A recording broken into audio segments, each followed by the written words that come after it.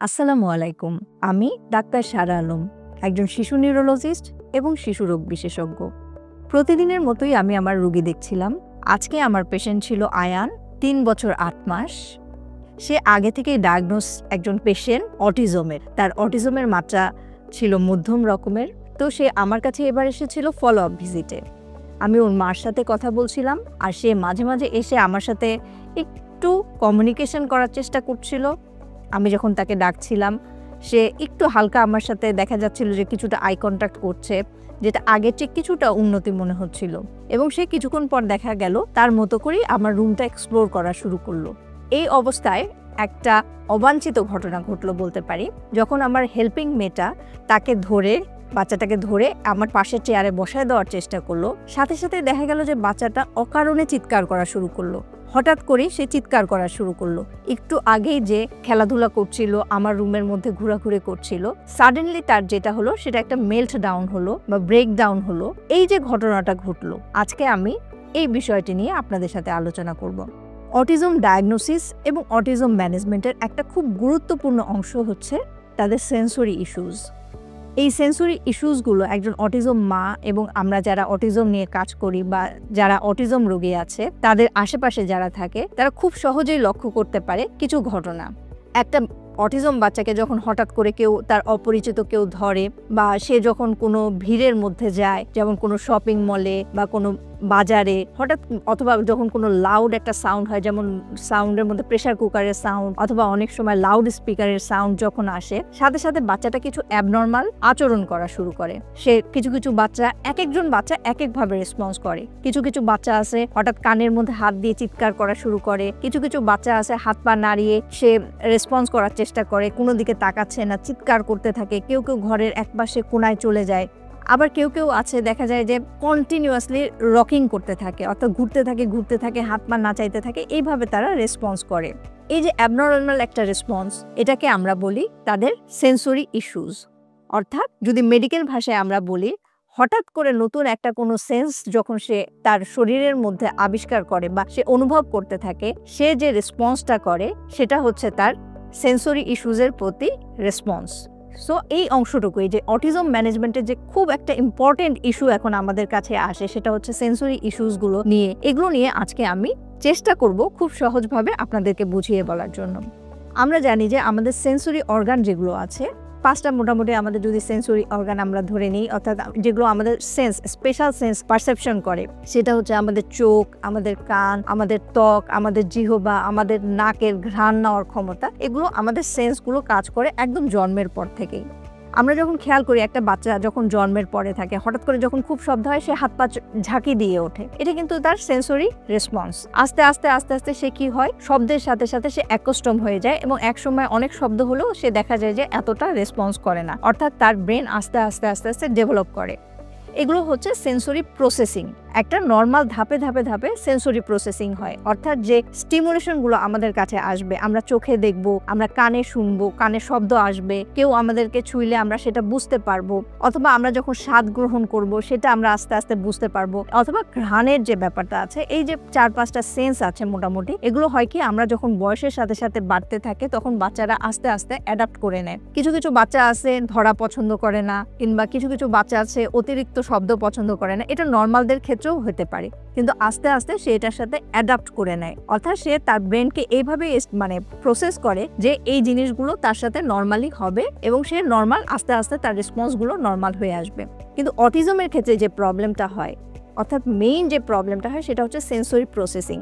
অর্থাৎ আপনি তাকে ধরলেন, অথবা সে কোনো একটা অ্যাবনর্মাল স্মেল পেলো বা একটা গন্ধ পেলো, অথবা সে হঠাৎ করে অনেক বেশি শব্দের মধ্যে চলে গেল ওভার ক্রাউডিং স্পেসে, তার ব্রেনের মধ্যে যখন সবগুলো সেন্সরি ইনপুট হঠাৎ করে যায়, সে এটাকে আর প্রসেস করে সেটার যে নর্মাল রেসপন্স এটা আর তৈরি করতে পারে না।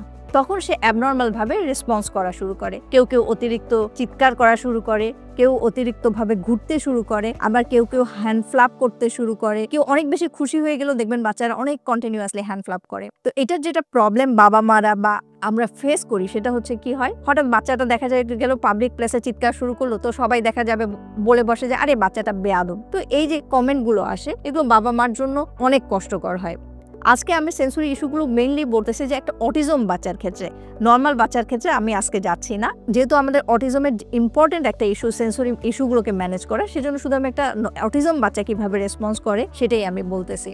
তো যেখানে প্রবলেমটা হয় মা বাবার, যে মা বাবা যখন পাবলিক প্লেসে নিয়ে যায়, বাচ্চাটাকে একটু বাইরে নিয়ে যায়, অথবা কেউ একটু বাচ্চাটাকে আদর করতে গেল, বাচ্চাটা চিৎকার শুরু করলো, তখন দেখা যায় যে সবাই এটাকে খুব নেগেটিভ কমেন্ট করে এবং মা বাবার জন্য খুব একটা এম্বারেসিং সিচুয়েশন তৈরি হয়ে যায়।